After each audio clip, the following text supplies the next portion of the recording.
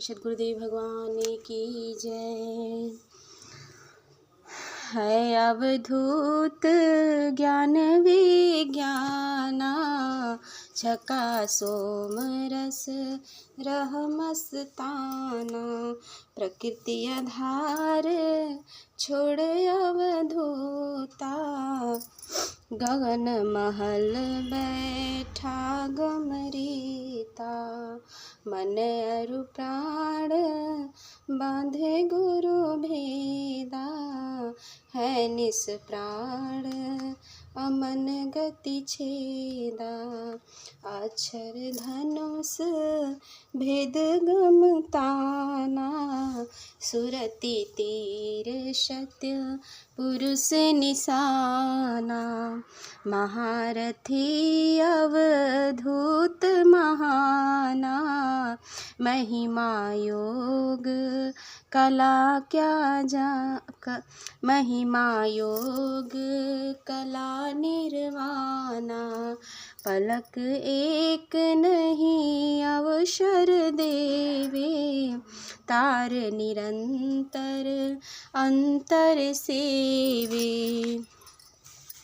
विरक्त विहंगम योग चिंता मुक्त होकर अवधूत वृत्ति में रहते हुए परम पुरुष में अपनी चेतना को अहनिशी नियुक्त रखता है और वह अमृत रस का पान कर ज्ञान विज्ञान में अलमस्त रहता है। वह अवधूत ब्रह्म इंद्रिय एवं अंतःकरण प्राणों का आधार त्याग कर निरंतर चिंता मुक्त स्थिति में रहते हुए चेतन गगन में अपनी सुरति को स्थिर रखता है। सद्गुरु विधान से मन और प्राण को योगी उनके मंडल में ले जाकर शांत एवं लय कर देता है, क्योंकि रहस्यमय शब्द द्वार में प्रवेश प्राण रहित एवं मन से पृथक होकर ही किया जा सकता है। अक्षर रूपी धनुष को गुरु भेद रूपी ज्ञान युक्ति द्वारा तान कर सुरति रूपी तीर से सत्य पुरुष रूपी लक्ष्य का वेध करना किसी बड़े योद्धा महारथी का ही काम है, अन्य साधारण कोटि के मनुष्य का नहीं। वह महारथी पुरुषार्थी अवधूत योग विज्ञान की युक्ति द्वारा जीवन मुक्त निर्वाण पद को प्राप्त कर लेता है। वह योगी एक क्षण के लिए भी अपनी चेतना को लक्ष्य से पृथक जाने का अवसर नहीं देता। वह आंतरिक चेतन स्थिति में उसे सदा स्थिर रखकर उसे परमात्मा और अपने बीच के तार संबंध को हमेशा दृढ़ रखता है।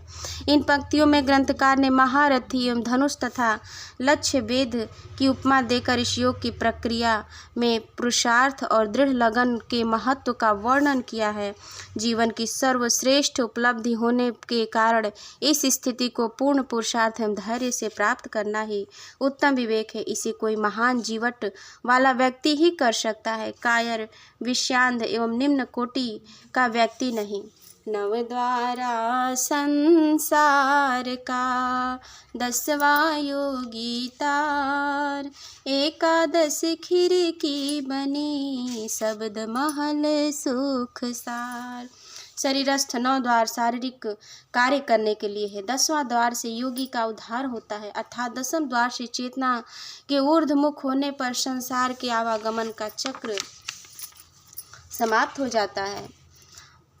10वें द्वार से पृथक 11 शब्द द्वार है, जिससे होकर जाने वाली सुरति बदल कर निरति का रूप धारण करती है और चेतन महल में आनंद के स्रोत परम पुरुष का प्रत्यक्ष दर्शन करती है। विहंगम योग के आंतरिक किसी भी अन्य योग प्रणाली एवं अध्यात्म साधन में 11 द्वार की प्राप्ति नहीं है, अतः विहंगम योग ही एकमात्र भक्ति मुक्ति का मार्ग है, अन्य कोई नहीं।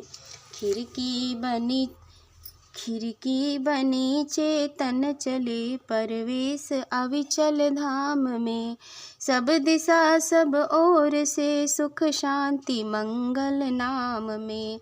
असीम अमित अनंत अगार शब्द सागर ठाम में, आनंद पूर्ण सोम रस का सहस धारया नाम में। 11 द्वार का ज्ञान सद्गुरु के उपदेश द्वारा उपलब्ध होने पर आत्म चेतना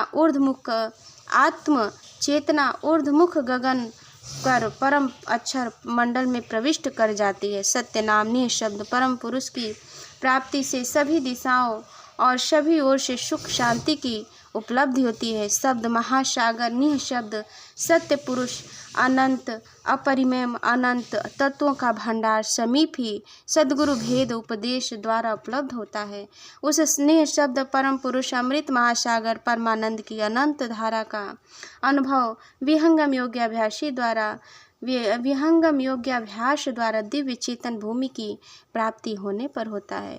योग के अंदर अमृत सोमरस की धार ऊर्ध्व निःशब्द मंडल में सदा प्रवाहित रहती है। अनंत प्रभु की धारा अनंत रूप में प्रकट अनुभव में दिखाई पड़ती है।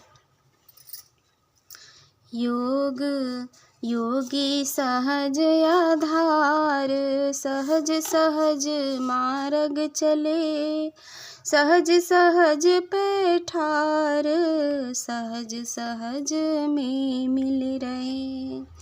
सहज योगी गुरु विधान के द्वारा परम पर अक्षर परम पुरुष के आधार पर स्थित होकर शरण शरण मार्ग चलता है। उसकी आत्म चेतना सुरति सहज विहंगम योग की प्रणाली से परम अक्षर मंडल में प्रविष्ट होकर उस परम चेतन सत्ता से युक्त रहती है। इन पंक्तियों में योग की अत्युच्च स्थिति का वर्णन किया गया है। यह स्थिति जीवन मुक्त सहज योगी सहज समाधि की है, जिसमें योगी सदा अपनी चेतना को परब्रह्म में युक्त रखकर संसार के सर्व कर्मों को करते हुए विचरण करता है। प्रेम से बोलिए सद्गुरुदेव भगवान की जय। प्रभु कल्प